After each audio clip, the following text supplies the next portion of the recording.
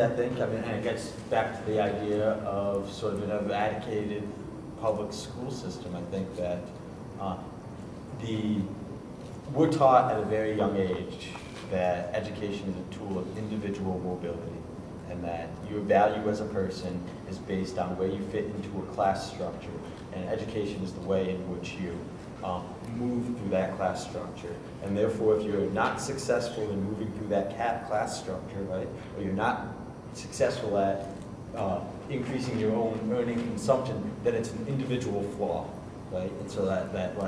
And so in this sort of society, some folks who have, there's a certain amount of value placed on certain gifts or certain contributions, and those who have those gifts or contributions succeed. Our educational system in many ways is set up to reinforce that type of thinking, because those who have those type of skills are sitting on top of the mountain, right? I mean, like, when you talk about foundation money is coming from people who've been incredibly successful in the private sector at the expense of others.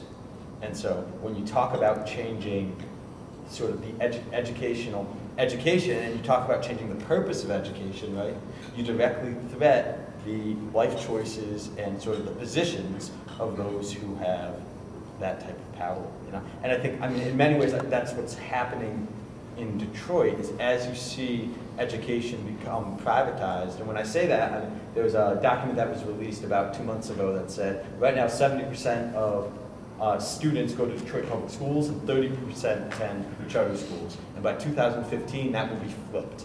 And so when we say privatized, I mean, Detroit next to New Orleans is ground zero. And when we see that happen, right, there's folks who are in this game, have skin in this game in terms of money, and that sort of, but it's also a matter of exercising control, right? Like, the minute other models that embrace sort of popular education begin to change the very fabric of how we interact with one another, that threatens, I think, their existence. In many ways, I think that's what the social form's about, right? It's envisioning that other world so that we can create it despite the pressures to keep it the way it is by those who benefit from that model.